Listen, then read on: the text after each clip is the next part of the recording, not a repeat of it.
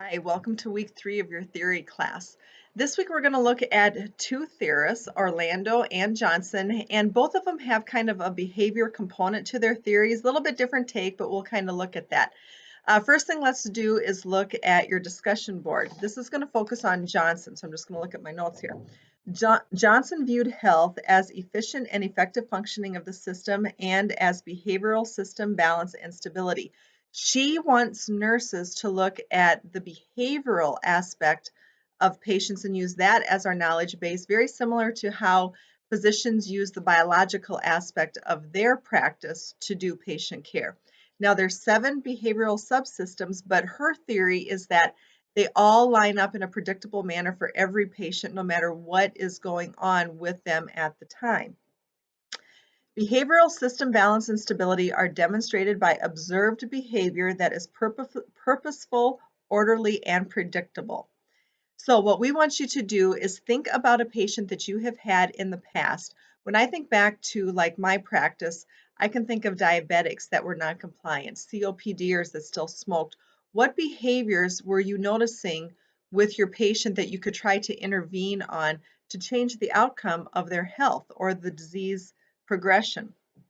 All right, so consider a clinical practice situation that demonstrates Johnson's model of health, and how can the nurse support this theory to return the patient to balance and stability? All right, so that's your discussion board. Now let's look at your assignment. You are going to have a PowerPoint to complete this week. Basically, you have a family here, a husband, or not a husband, a father and a daughter. The mother has passed away, and now the daughter is caring for the husband. And remember, we're kind of looking at behaviors, but now this is going to look at the whole family. So now we're looking at Orlando here. So there's a variety of things in the case study that you can pick up on that are cues that there's a problem here. And usually that's what kind of brings us into wanting to intervene. We either notice verbal statements that the patient has made, or maybe a family member has made, nonverbal cues that they're giving us, but even physical things that they're giving us. Like, what are their vital signs? What is their respiration, their blood pressure, things like that? What medications are they on? But usually it is a problem or a situation or crisis that gets our attention, and then we intervene. Okay. All right, so that's part 1 of the PowerPoint. And now there's another part to the PowerPoint that we want you to look at too. Explore what was happening in the United States in the 1950s and the 1960s. A few things to answer here. Explore what was happening as far as their culture, social, economics, and different struggles from both decades. Don't lump them all together. Look at both decades because there were different issues in each of those decades.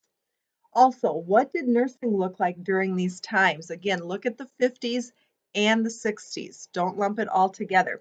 What was our job like? What was our dress like? What was our responsibilities? I think you're going to be shocked to find out how very little nurses did.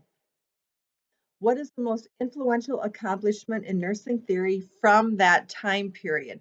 So, from the theorists that were alive back then or that were existing back then, what do you think had the most impact in the nursing profession?